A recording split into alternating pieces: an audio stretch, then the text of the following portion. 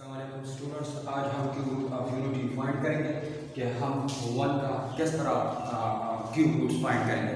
लेकिन cube roots find करने से पहले मैं स्टूडेंट्स को कुछ कहना चाहता हूँ कि अगर आप लोगों ने कुछ स्टूडेंट इस तरह है कि वो फर्स्ट चैप्टर अगर उन्होंने सही तरीके से नहीं पढ़ा तो वो उसको छोड़ दें अभी और सेकंड चैप्टर की तरफ आ जाए और मेरे साथ जो है उसको देख लिया करें ताकि सेकंड चैप्टर की उसको समझ आ जाए। अगर वो उसको पीछे चैप्टर की तरफ वो उस पर उसको स्टडी करते रहे और ये इससे सेकंड चैप्टर से रह जाएगा तो ना वो सही से पढ़ लेगा ना ये सही से पढ़ लेगा। तो इसलिए सेकंड चैप्टर की तरफ आ जाए। सेकंड चैप्टर में हम आज एक्सरसाइज 2.2 डिस्कस करेंगे, लेकिन इससे पहले हम ये डिस्कस करेंगे कि क्यूब रूट्स ऑफ यूनिटी।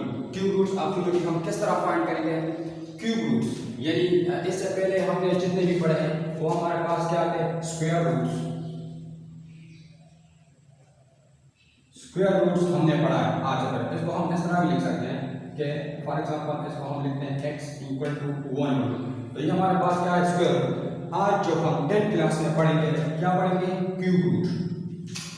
तो क्यूब रूट किस तरह आएगा, क्यूब रूट आएगा x टू द पावर 1। अच्छा, इसके बाद जब आप बीएससी में चले जाओगे, सेकंड ईयर में चले जाओगे तो फिर आएगा फोर्थ रूट। फोर्थ रूट किस तरह आएगा, वो इस तरह। फिर इस तरह वो आएगा x टू द पावर 4। फिर इसी तरह आएगा फिफ्थ रूट। तो फिफ्थ रूट किस तरह आएगा, वो इस तरह आएगा x टू द पावर 1। फिर इसी तरह इस तरह कंटिन्यू। फिर आएगा nth रूट। nth रूट किस तरह आएगा, वो आएगा x to the power n into x whole power 1। तो हमने इससे पहले 9 में स्क्वायर रूट पढ़ा है, 10 में हम पढ़ेंगे क्यूब रूट्स पढ़ेंगे। फिर आगे जब हम जाएंगे तो फिर हमें कहा गया होगा कि फोर्थ रूट फाइंड करो, फिर हमें कहा गया फिफ्थ रूट फाइंड करो। आपको एक इक्वेशन दिया होगा और आपको कहा कि इसके nth रूट फाइंड करो, सही है। तो इस तरह हम इसके रूट्स जो है वो फाइंड कर सकते हैं। अगर एक कोई इक्वेशन दिया जाए कि फॉर एग्जांपल आपके पास एक इक्वेशन है z equal to iota plus 2। For example आपके पास इस तरह एक इक्वेशन है और आपको कहे कि इसके 6th रूट फाइंड करो, तो आप इसके 6th रूट भी फाइंड कर सकते हैं, आप इसके 7th रूट भी फाइंड कर सकते हैं। लेकिन इसके लिए फिर वो फार्मूला यूज करते हैं कि r पावर 1 और n CIS theta plus 2k pi divide by n k equal to 0 1 2 3 up to so on. तो इस तरह फिर ये हमारे अब आप लोगों को समझ में आएगा कि CS क्या है, ये कॉस्ट ऑफ ट्रिग्नोमेट्रिक रेशियो है जो कि अभी हम क्लास 10 में पढ़ेंगे, सही है। तो फिर इन रूट्स को फाइंड करने के लिए फिर हम क्या करते हैं, ये फार्मूला यूज करते हैं जो कि बीएससी में हम डिस्कस करेंगे डिटेल के साथ, सही है। तो अब यहाँ पर ये हमारे पास क्या है, सारे रूट्स हैं। स्क्वायर रूट्स आसानी के साथ हम फाइंड कर सकते हैं। फॉर एग्जांपल आपको कोई कहेंगे आप फाइंड करो x स्क्वायर रूट्स। अगर आपको कहेंगे find the square roots of unity, find square root of unity, तो आप किस तरह फाइंड करोगे, लेट x इक्वल टू 1 इस तरह। फिर ये किस तरह आएगा, x equal to 1 to the power 1 और 2। दोनों तरफ आप स्क्वायर लोगे तो ये क्या होगा, x स्क्वायर इक्वल टू 1। फिर इसके बाद x square minus 1 equal to 0। ये फार्मूला बन जाएगा तो ये आएगा x प्लस 1 x माइनस 1। तो इस तरह आप इसके रूट्स फाइंड करते हैं। अब फॉर एग्जांपल आपको कहे कि क्यूब रूट्स फाइंड करो, तो अब वो क्यूब रूट्स अब हम फाइंड कर रहे हैं। अब अगर आपको कहे कि फोर्थ रूट फाइंड करो तो किस तरह आएगा, x equal to fourth root. तो ये इसके फोर्थ रूट है। इसी तरह अगर आपको कहे कि फिफ्थ रूट फाइंड करो तो इस तरह हम इसके रूट्स फाइंड करेंगे। तो इससे पहले हमने रूट्स तो इस तरह स्क्वायर रूट्स फाइंड किए हैं। आज हम फाइंड करेंगे cube roots. Cube roots the cube roots of unity, unity के क्यूब रूट्स आज हम फाइंड करेंगे। तो लिखेंगे कि लेट x ये क्यूब रूट ऑफ यूनिटी। यानी फॉर एग्जांपल अगर मैं कहूं कि x 4 to the power square root, तो अब ये इसकी वैल्यू क्या है, इसकी वैल्यू 2 स्क्वायर होल 1। तो इससे क्या आएगा 2।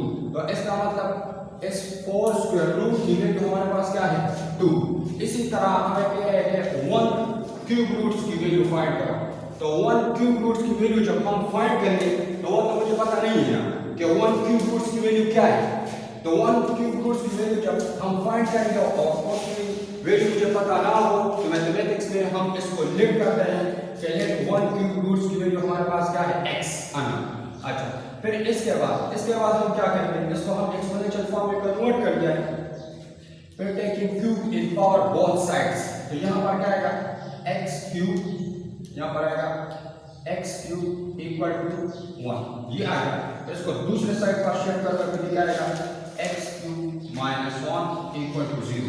अब यहाँ पर अब इसको इस तरह लिख सकता हूँ कि 1 होल क्यूब, तो लास्ट में क्या आएगा 1।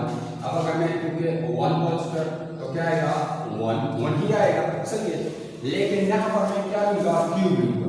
क्यूब लेता हूँ क्योंकि यहाँ पर फार्मूला हमारे पास कौन सा बनता है, क्यूब वाला। तो यहाँ पर हम पर मुझे 1 पर जो पावर है वो क्यूब चाहिए। स्क्वायर भी ले सकता हूँ, 4 भी ले सकता हूँ, 5 भी ले सकता हूँ, कोई फर्क नहीं पड़ता। लेकिन क्यूब इसलिए लेता हूँ कि यहाँ पर हमारे पास क्या बनता है, फार्मूला बनता है। अब फार्मूला कौन सा है, फार्मूला हमारे पास इसका फार्मूला है a cube minus b cube equal to a minus b a square plus a b plus b square, ये हमारे पास इसका फार्मूला है। चलिए अब इसको मैं इस तरह ओपन करूंगा ये फार्मूला, तो ये मेरे पास क्या आएगा x minus 1 x square plus x plus 1 equal to 0। फिर इसके बाद therefore x minus 1 equal to 0 और x square plus x plus 1 equal to 0। तो एक रूट्स तो हमने फाइंड किया कि x इक्वल टू 1, और दूसरे रूट्स में हमारे पास क्वाड्रेटिक इक्वेशन बन गया। ये हमारे पास क्या है, ये हमारे पास क्वाड्रेटिक इक्वेशन। तो मैंने नहीं कहा था कि आज जब हम स्टार्ट चैप्टर नंबर ये क्लास 10 का बुक जिस तरह हम स्टार्ट करेंगे तो हमारे पास क्वाड्रेटिक इक्वेशन आएगा, और वो क्वाड्रेटिक इक्वेशन लास्ट चैप्टर तक हम डिस्कस करेंगे। तो इसलिए मैं कह रहा हूँ कि क्वाड्रेटिक इक्वेशन जो है इंतहाई इंपॉर्टेंट है। तो देखो यहाँ पर क्यूब रूट्स में दोबारा हमारे पास क्वाड्रेटिक इक्वेशन आ गया। अब इस एक रूट तो हमारे पास आ गया x इक्वल टू 1, दूसरा हमारे पास क्वाड्रेटिक इक्वेशन है। अब इस क्वाड्रेटिक इक्वेशन को आप लोग देख लें तो इसको हम फैक्टराइज कर सकते हैं। तो इसलिए हम कह रहे हैं कि x ये क्वाड्रेटिक इक्वेशन, तो इसलिए हम इस क्वाड्रेटिक इक्वेशन को क्या करेंगे, फैक्टराइज नहीं कर सकते, क्योंकि हमने क्या कहा था कि if quadratic equation is not factorised.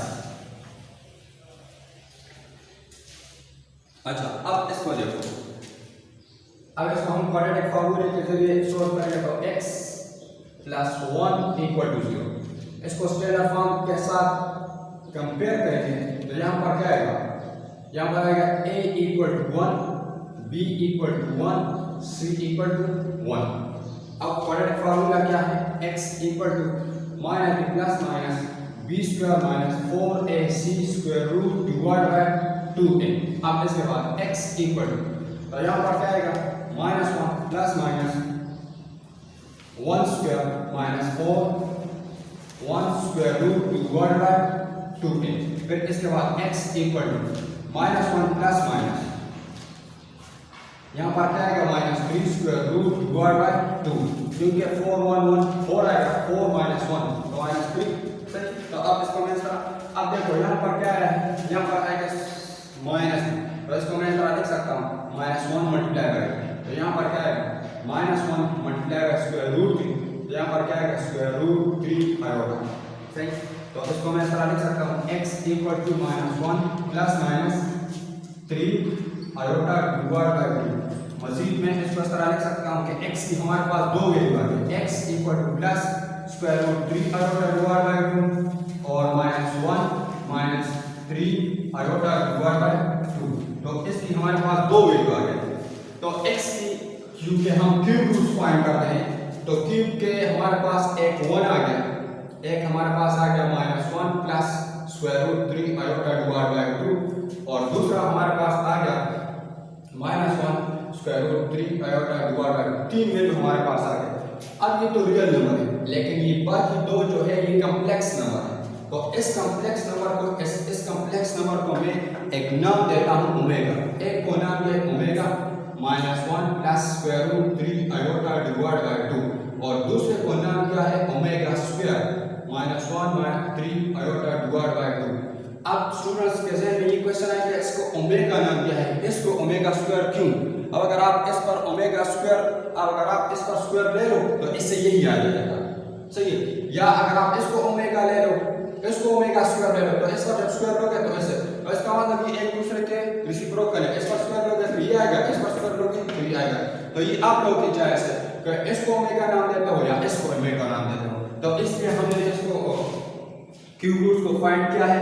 Cube roots को किस तरह फाइंड किया है कि यहाँ पर आप लोगों के पास जो है क्यूब रूट्स जो फाइंड करते हैं तो एक क्वाड्रेटिक इक्वेशन है। क्वाड्रेटिक इक्वेशन जब सोल्व करते हैं तो कॉम्प्लेक्स नंबर आएंगे, एक दो कॉम्प्लेक्स नंबर, तो एक को हमने ओमेगा नाम दिया है, दूसरे को हमने क्या दिया है, ओमेगा स्क्वायर। अच्छा, अब इसके बाद हम जो है इसका एक अनदर एग्जांपल अब हम जो है डिस्कस करेंगे। अब फॉर एग्जांपल आप लोग फाइंड करते हो कि मैं फाइंड करता हूँ क्यूब रूट, फोर्थ रूट, तो इसको किस तरह फोर्थ रूट किस तरह फाइंड करते हैं, तो ये क्या है x माइनस 4 इक्वल टू 0, फिर ये क्या है x power 4 minus 1 over 4 equal to 0, इस तरह आएगा।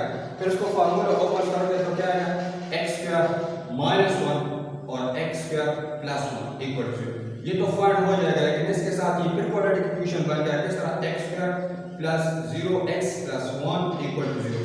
और इसको भी आप सोल्व करते तो इसलिए आप लोगों के पास फोर्थ रूट्स आएंगे। तो इसकी वैल्यू हमारे पास आएगा 1 माइनस 1 आयोटा माइनस आयोटा। तो फोर्थ रूट जब आप फाइंड करते हो तो इस तरह इसको सोल्व करके आप लोगों के पास क्या आएगा फोर्थ वैल्यू आएगी। इस तरह आप फोर्थ रूट भी फाइंड कर सकते हो, फिफ्थ रूट भी फाइंड कर सकते हो, और जो फार्मूला लिखा है इस तरह आप लोग nth रूट भी फाइंड कर सकते हो। अब आते हैं हम इसकी प्रॉपर्टीज फाइंड करने के लिए।